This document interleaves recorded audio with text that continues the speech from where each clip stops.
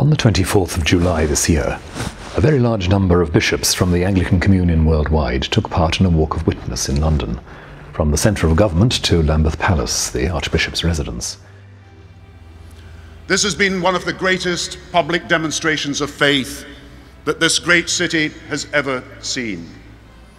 And you have sent a simple and a very clear message with rising force that poverty can be eradicated, that poverty must be eradicated, and if we can all work together for change, poverty will be eradicated.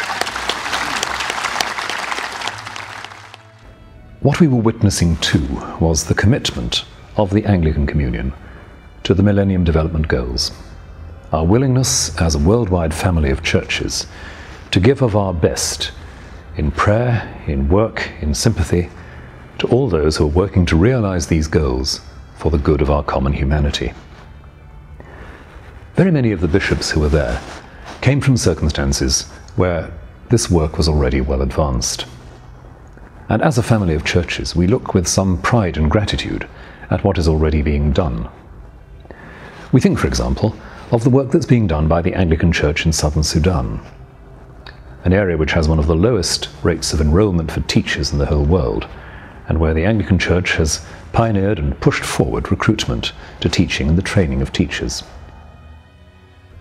We might think also of Burundi, where the Anglican Church, and especially the Mothers' Union, is working in yet another post-conflict situation to raise awareness of women's issues, especially women who have been traumatized by violence, to raise awareness of domestic violence, and to improve female literacy. In northern Uganda, an area that has been deeply scarred by conflict, poverty, and instability in recent years, our church has been working very hard to provide agricultural training. In many countries in Africa, the American-based Episcopal Relief and Development Team has been distributing mosquito nets, once again tackling at grassroots level the issues of ignorance and disease that so afflict so many.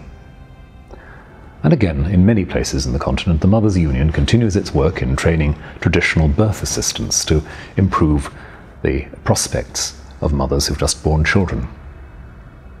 In other words, much of the work that's being done by the Anglican Church covers very comprehensively the Millennium Development Goals.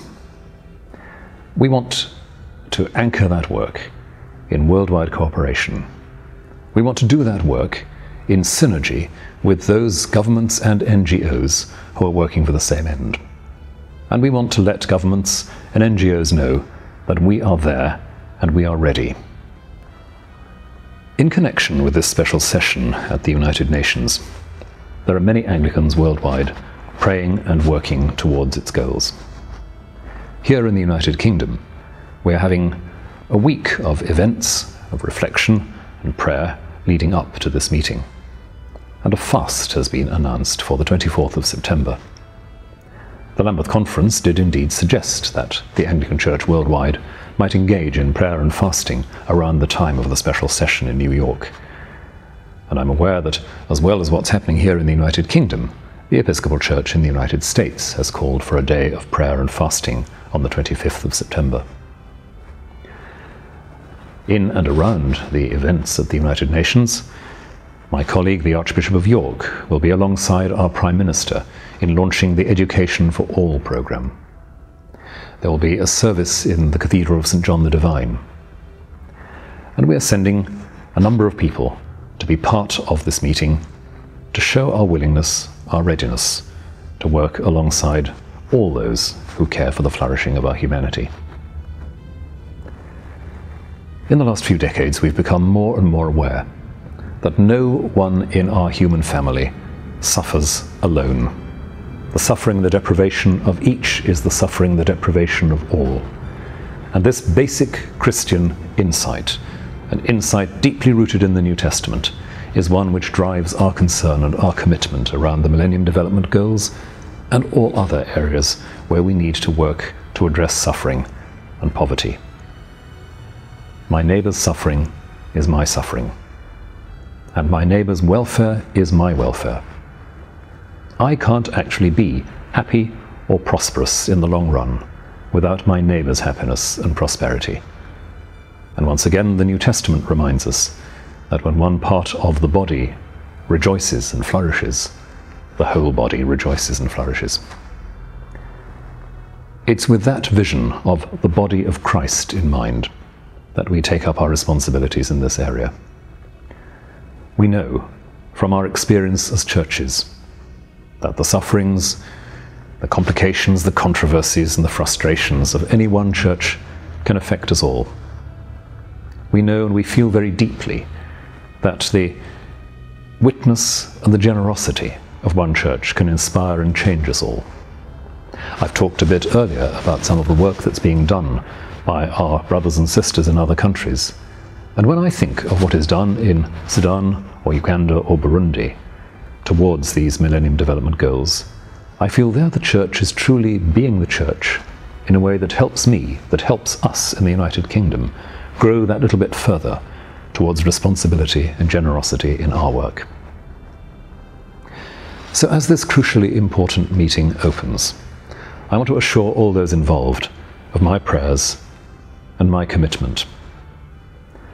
On July the 24th, here in London, we called upon our own government to keep up the pressure worldwide towards the achievement of the Millennium Development Goals. And we had a warm and deeply encouraging response from our own government. We must act as a community to change things. So we need a march not just from Lambeth, we need a march also to New York, to September the 25th, when the United Nations will meet in emergency session. It is a poverty emergency that needs an emergency session. We want to take this opportunity to say the same thing to the governments of the whole world on behalf of our worldwide fellowship.